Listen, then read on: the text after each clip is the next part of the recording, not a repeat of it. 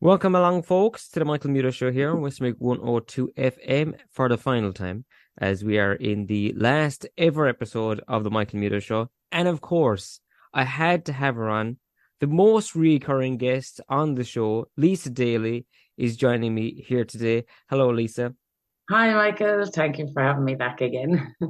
Folks, if you don't know, Lisa Daly is the chairperson of the Limerick Pride Parade. And every year I've had Lisa come on and she talks about what's going on with that year's Pride. This is a different one because we're not really talking about we were saying just before the recorder that we're not really there's not really what have you got planned yet because nothing is announced. It's too far ahead in time. But I suppose I can really tell you we have announced. oh yeah, okay. All right, we announced our headliner yesterday for the climax party. Oh yeah. So it's the first RuPaul UK winner, the Vivian, Oh who is also they was the made history this year on Dancing on Ice, yeah. and was one of the finalists and has appeared on Eurovision. So she's the head of BBC at the moment Wow. for Eurovision. Um, Wow. so she's performing the climax party on the 8th of July. Yeah, that's awesome. That's amazing. So You always get great guests at the Limerick Pride. Absolutely amazing. Absolutely outstanding I'm an stuff. event coordinator at There heart. you go. Yes, yes, yes. Well, actually, yeah, that's a good. Now we've got a topic because I wasn't too sure because I was like, well, where are we going with this? Because there's lots of things I could talk about. But event coordinating. So, had you done Mm. event coordinating before Limerick Pride for joining them? No, just it wasn't something I seen like going to happen, if you get me. But I always had a thing for events. If I was to do anything with home, I kind of went a bit out to tears, Yeah. used imagination with things. With Limerick Pride, then when I got involved, it really was more kind of at the event side. Yeah. I'll be honest. And it was literally me coming along to book a DJ for the late night club after party. That was it. I'm genuinely shocked. I thought you had. I for some reason I just assumed that you had a big history of event planning and stuff like that. Was how well Limerick Pride has done it. So you just had you done anything before that or no? Started very innocently, just to help out and be a hand, Yeah, yeah. and spread about the awareness of Limerick Pride, but Mm-hmm. more of the event side. Yep. So it was kind of the boldness of one of the events then of Pride Fest. So that's where Mm-hmm. Pride Fest got its name after the parade. So I said, rather than us kind of going down the street or just closing off the street, why don't we kind of go big or go home, which was Yeah. nerve-wracking for the committee at the time. But there was only one committee member, I believe, at the time that was sitting on that committee that was Mhm. from Limerick City as well. The rest, and it Oh, wasn't being interesting. disrespectful, but the rest were nice Yeah. guys Yeah, that of were course. from not from Limerick. Yep. And my attitude was stop hiding and let's kind of go out there. And so I made a little brazen moves. The event side started kicking in, and it mostly kicked in on the second year I was with Pride. So I'm now 9 years in. So it kicked in more in the second year because Yeah. I became the overall event coordinator for the second year. So the events became like a baby to me, but then I ended up stepping in as the chairperson then 2 weeks before Pride happened. That's amazing.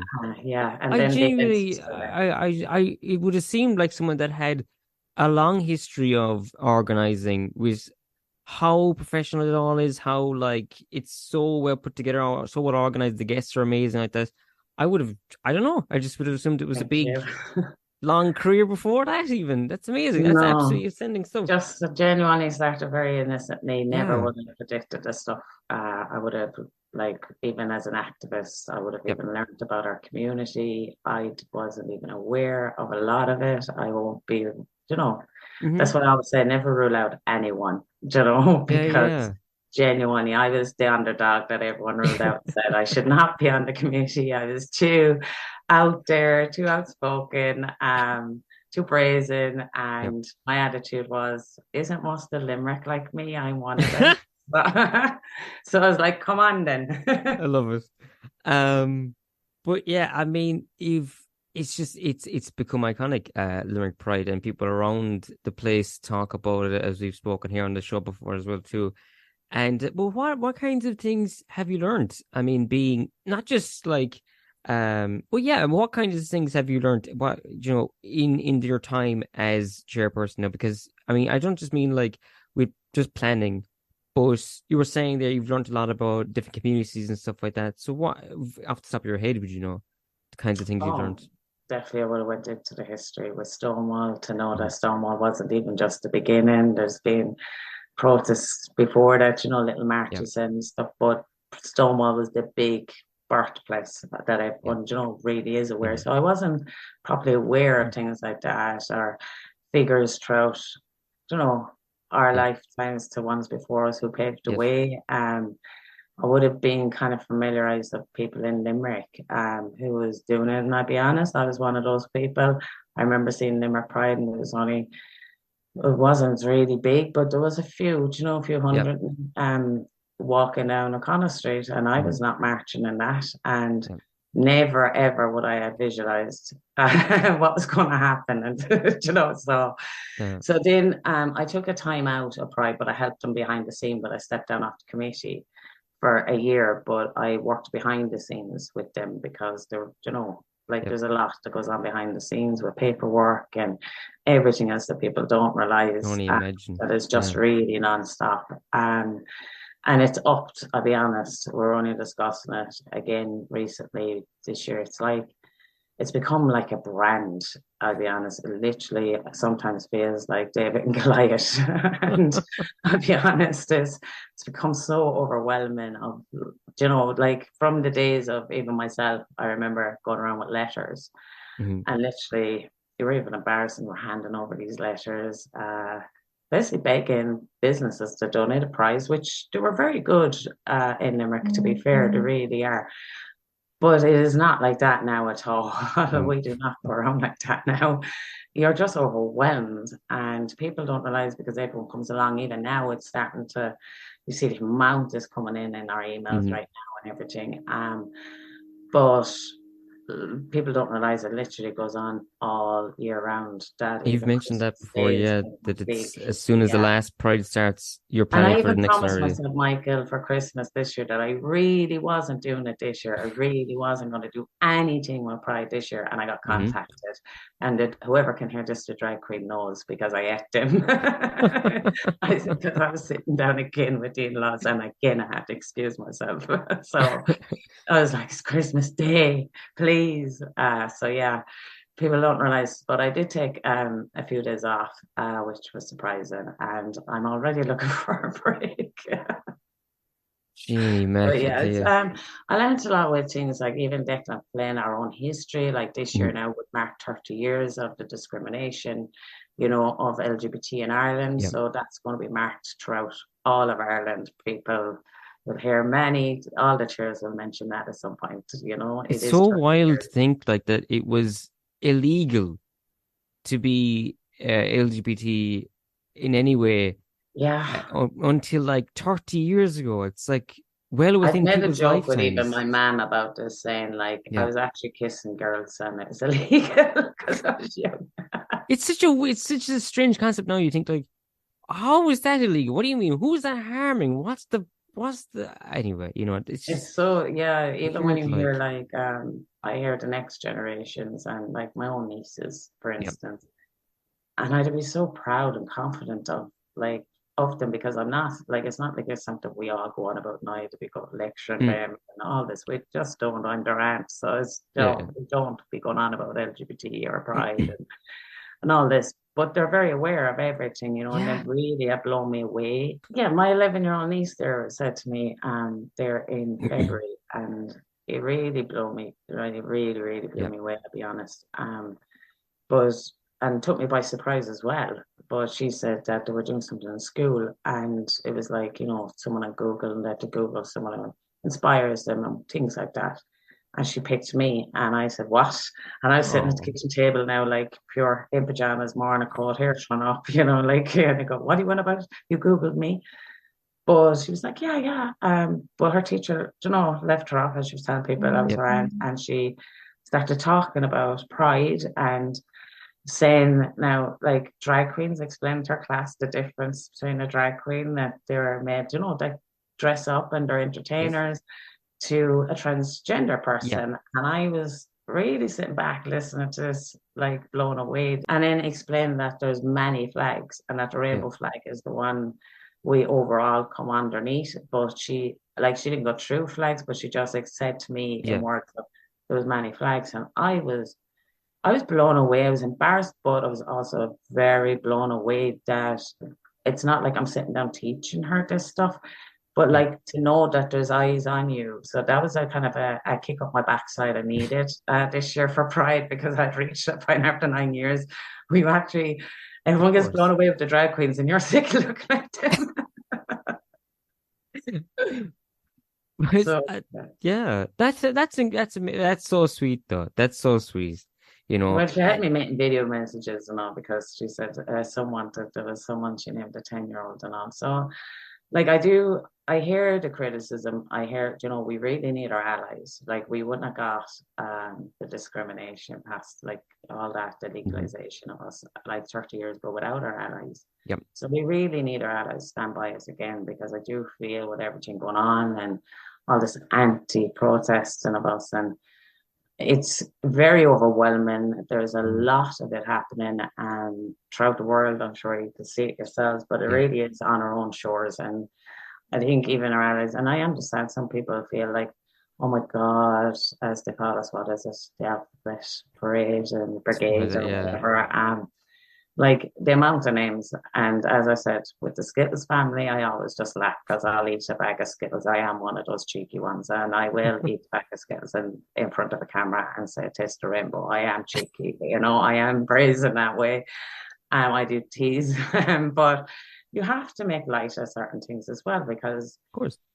Well, Lisa, I want to mhm. say something here now. So you've been on this show, I don't know how many years now, and it's always an utter delight to talk to you. Oh, thanks, Mike. It's And good too. what you and everyone else who works with Limerick Pride have done is absolutely inspirational. I think it is a just a treasure for the county. I think you represent the county very well.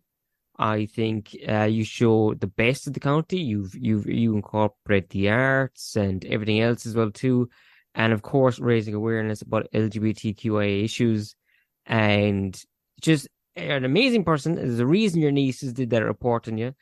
You're Oh, absolutely thank, outstanding. I say this behind your back to people. thank you. I'm always saying it, and every time I go, and I've had Lisa Daly, chairperson of Pride Parade on, and I say the full title every time. I'm like, yeah, I've had them Limerick on Pride numerous Festival. times. Yeah, it's this thing. It's a festival. That's the thing. I The always festival, it's yeah. the thing that drives me mad. It's amazing. Like, It's is that it's a crazy. Even last festival. year, we had like up to five. I think one day we had like six events in one day. Yeah. Yeah, it's crazy. It definitely minimum is like three events, 4 events a day, But up then to to about think seven. that you came into this not as someone who was a planner or anything like that. You came in just No, pure wanting to do it, pure I was Miss wanting to Gay help Limerick. out. That's what happened. My Oh yeah? sister, Oh, yeah, you my told me that. sister Yeah. passed away. I'm sorry. Her birthday and anniversary is actually this week, the end of this week, and she she knew about Miss Gay Ireland before me. Yeah. I did not know about it, and it had just taken place 1 year or something, Mm. and she knew the winner of it and all, and she kept saying to me, will you enter that? You'd win that and all this, because she really didn't care, like she was brought up with me being gay, like she couldn't see the issue at all. And it was her really that drove that side of me a lot, I'll be Yeah. honest. Even at the time that I couldn't see it while she was alive, she really did make me proud of who I was and stop changing for what others want. Yeah. So I did love that about her. But she was my younger sister, and she was like, she kept saying it. And then the last night we spent together, which my other sisters were aware she had been saying this, because she used to say in front of them, going, wouldn't she be very good, and blah, blah, blah, and all this. And she was like, I'm telling you now, you take that rainbow flag, you win it, and you take that. And people will pay attention. And her attitude then, she had a proper conversation on her own with me. The last night we spent together before I left on holidays and she passed away and stuff. And Mm. I, she said, do me a favor, will you please enter that Miss Gay thingy? And that's where she put it. Yeah. And I laughed. I genuinely laughed at her because I looked at it as a pageanty thing. I hate them kind of things. Wouldn't even watch them, had no interest whatsoever. And I also had a big, huge fear of a microphone.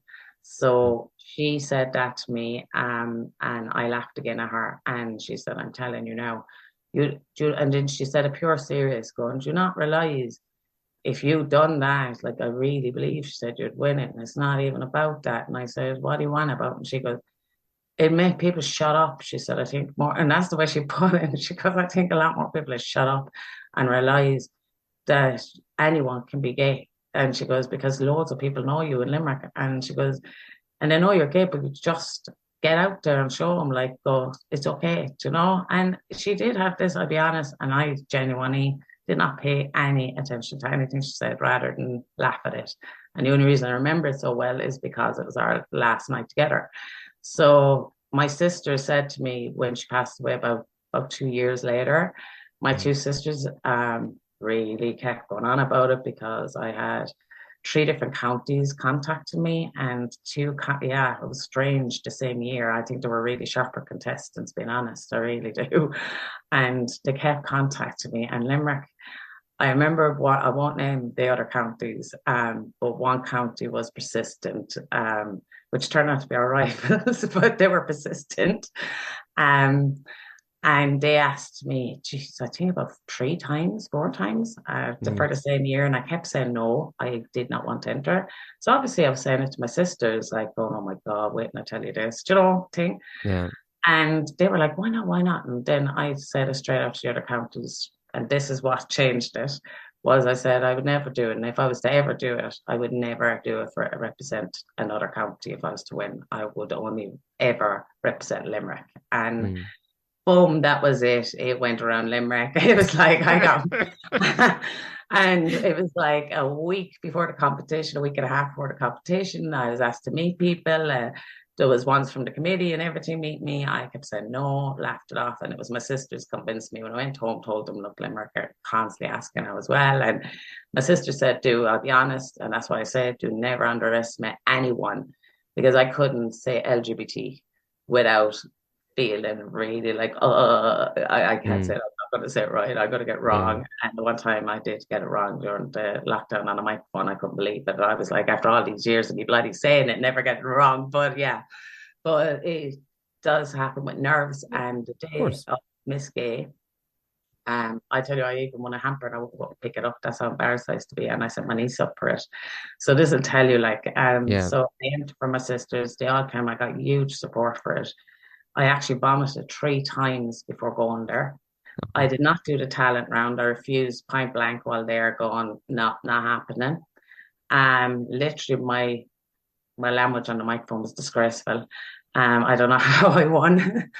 Like, I was even asked the question, what would I do if I was to be crowned the winner? And my attitude was, I already won. And like, that could have come across very cocky, but I was like, I That's already awesome. won. I'm standing here. I said, in front of you, Yeah. I already won. I came and done what I said I'd do. And I didn't tell anyone that night what it was for. Just my close, like my partner, my Yeah. sisters were very aware. This was about my sister, who had passed away, no one Yeah. else. And it was about facing that fear, going, all right, then, because I kept saying, she's here with you, she's here. It was simple things, said Yeah. nothing to Yeah. no one about it. And I was convinced, I'll be honest, I was literally just thrown in there as a number. I swear to you, I really was. And I was convinced another contestant in it was set up for her to win. I really believed it was because this girl really wanted it. She had rehearsed, like she'd gone to all the finals, everything, gone to the other counties. This girl really wanted it. And then I didn't realize I won it till they said my surname, and it just caught me in shock. And in fact, I even cried. I'm mortified to this day that because I look like one of those ones in the pageant. But yeah, it became then kind of like that. Just I was more in shock that it happened, Hmm. and it was like, what do I do? what's this? And then it was like I had a mister that won that year was perfect for me because I knew him since he was a child because my first like out girlfriend was his older sister. Oh wow. And I was the first to say he was gay because he only had a crush on me and Britney Spears. And I used to go, is that not strange? And he's bring me in a cup of tea. I always joke with him to this day. He's bring me a cup of tea every morning. I like if I stayed over. He was super sweet. He still is. But I used to always say, "Come here, you need to tell us something." Like when I say to your sister, "I'm telling you," and she's like, "Stop saying that." And I was going, "I'm telling you now." Like his only crushes me and Britney Spears. He brings me in a cup of tea in the mornings. He's gay, you know. But tell us. But yeah, we joke about that. So we do have a joke about all that. And Yeah. it was just amazing that it was him. He was focused, super focused on. He wanted that title. He knew what he wanted to do with it. I, as I said, was the pure caught off guard, was told the minute I won, you need a bar of soap in your mouth, like we need to start something with you.